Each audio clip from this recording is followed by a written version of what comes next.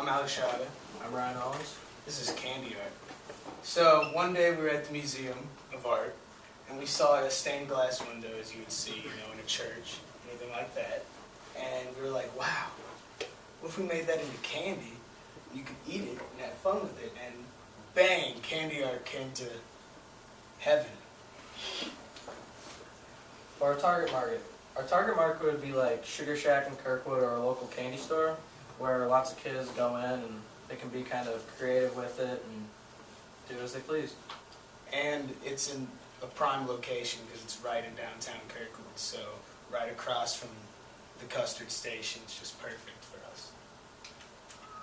The type of customer would be parents with kids who are trying to get them to be artistic. They want them to, have some candy though, have their sweet tooth. So why not have them have a little bit of fun with the candy while they're eating it?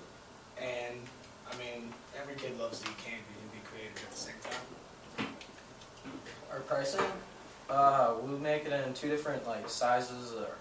No, that was the old one. Now we make it in one size, and it's an 18 by 13 inch pan, and it's only like $2 to $3 to make. And we'll break it down into different shapes, each of them being about a square inch each, and you can get about 234 shapes out of that. We can sell them then in a bag of 10 shapes for $1, making your profits very high. And yeah, you get roughly $23 a sheet. It's a huge profit margin. We'd sell you a sheet for $7. You're making pretty big amounts of money about $16, $15 per sheet. It's unique. You can't just eat it, but you can also, make your own little stained art. You can do a lot of things with it. A lot of people have been creative with it. We saw that, a lot of examples that people have shown us with the candy they've eaten that we've tried with them. They've always liked to make their own little stained glass window, like to make their own little patterns, colors, and eat them and stuff like that. So you can do whatever your imagination comes up with. That's Candy Art. Can you flip back to a slide? So, okay. 18 by 13 inch sheet, right? How thick? It's about ½ inch to 1 inch thick. Well, that's a big difference. Which is it? It just kind of depends how it settles with the air in it. So. Okay. So a little bit of inconsistency as far as the size, but still requires the same ingredients to get the 18 by 13. It just depends how much air gets in the stuff when you pour it. Okay. And So when we're making it with you, it's going to be controlled. So it'll probably stay at a certain thickness. Okay.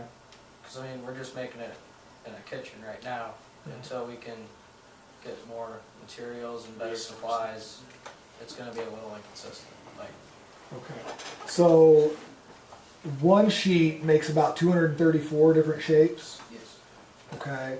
And then I'm selling, what is it I'm selling for? A bag of 10 shapes, I don't know if you've ever looked inside your own store very often. I hope you have, but there's tubs, and we would have the candy in a tub, and you put 10 in a bag, sell them for $1, which is pretty reasonable down there. Okay. 10 for $1. Okay.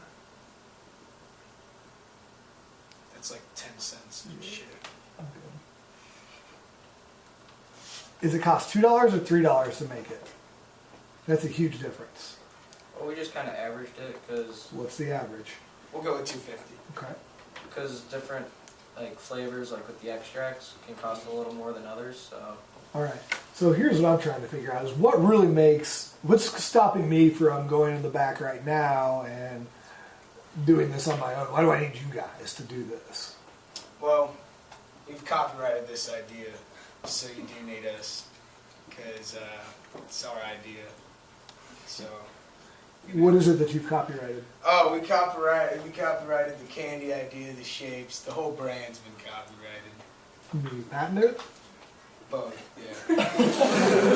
Both. But do you know how to make this? Oh, I bet we could figure it out with not very much money. Okay. Still a huge profit margin though to make. Okay. One of the and things, you don't have to do all the work. All right, one of the things I'm thinking about is I look at a sheet. Let's say we're going to cut circles. Is that a shape that we can do? Yeah. Okay.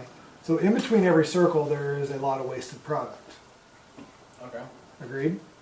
Not if you cut it right. Well, if you Well, have, we're the ones you cutting have- it, you're not the ones cutting it. if you have circle and circle and circle, between the circle, there's that gap.